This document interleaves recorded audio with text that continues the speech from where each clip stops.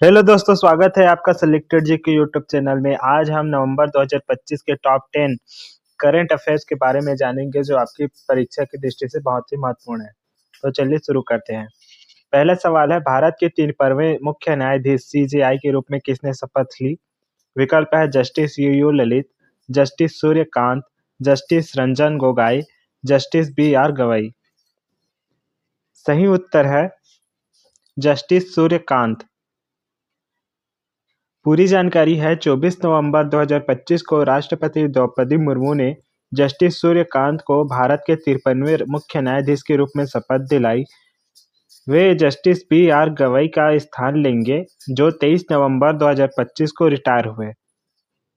उनका कार्यकाल रहेगा 24 नवंबर 2025 से 9 फरवरी 2027 तक, लगभग 15 महीने।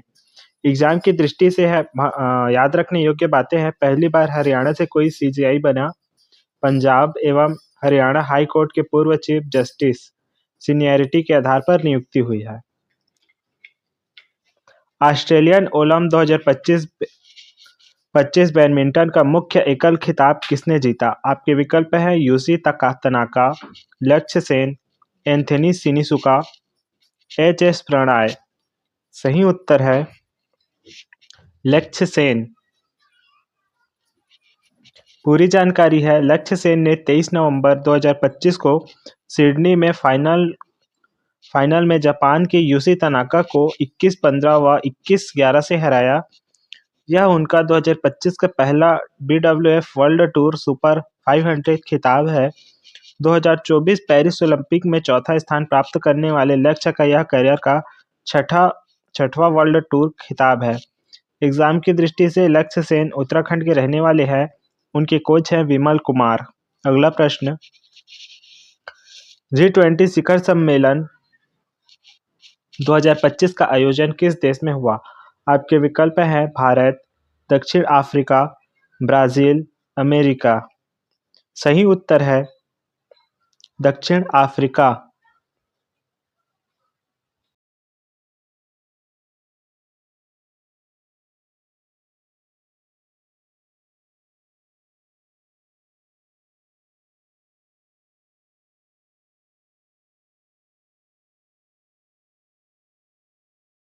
भारत व्यापार संवर्धन संगठन के नए अध्यक्ष के रूप में किसे नियुक्त किया गया? आपके विकल्प हैं सुनील अरोड़ा, जावेद अशरफ, राजीव मेहरिषि, अजय त्यागी। सही उत्तर है जावेद अशरफ।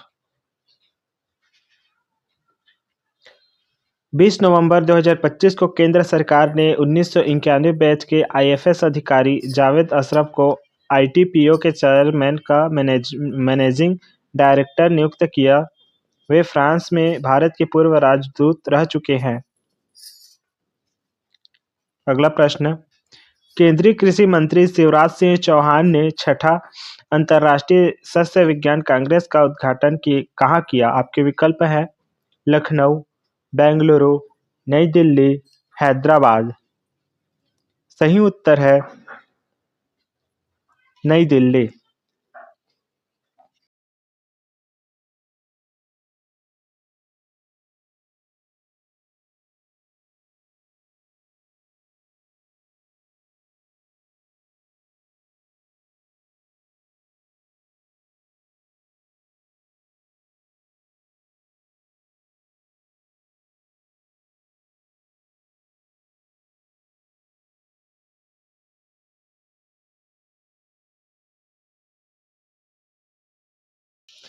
छह नवंबर 2025 में भारत के नए चुनाव आयुक्त के रूप में किसे नियुक्त किया गया? आपके विकल्प हैं ज्ञानेश कुमार, राजीव कुमार, विवेक जोशी, अरुण गोयल।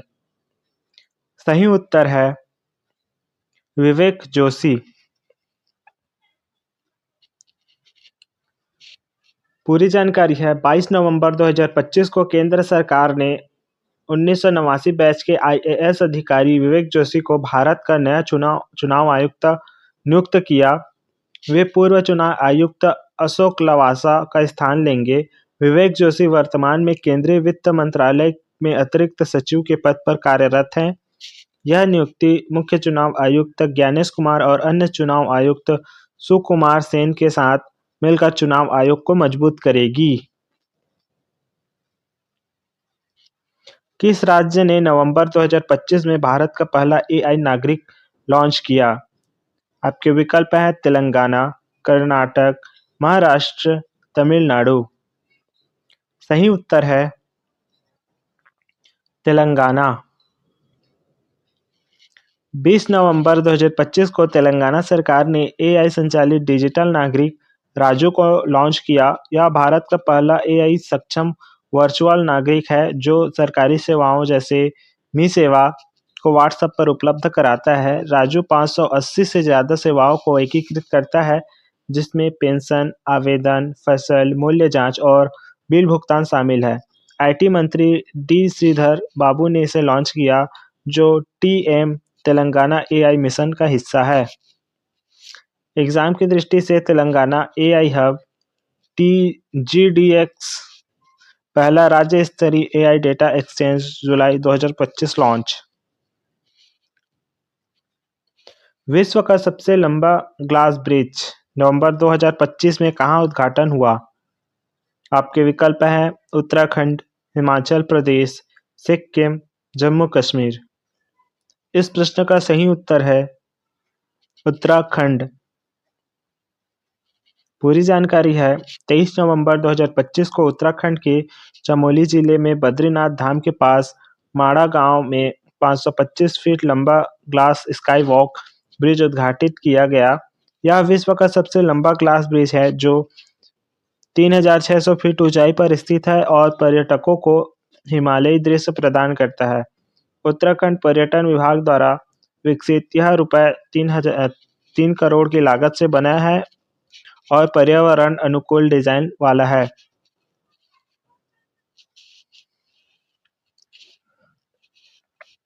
निम्न में से किसे नवंबर 2025 में पद्म विभूषण मरणोपरांत से सम्मानित करने की घोषणा हुई? आपके विकल्प हैं मनमोहन सिंह, नरसिम्हा राव, चौधरी चरण सिंह, नानाजी देशमुख। इस प्रश्न का सही उत्तर है मनमोहन सिंह। पूरी जानकारी है 25 नवंबर 2025 को गणतंत्र दिवस 2026 के लिए पद्म पुरस्कारों की घोषणा में पूर्व प्रधानमंत्री डॉक्टर मनमोहन सिंह को मरणोपरांत पद्म विभूषण से सम्मानित करने की घोषणा हुई।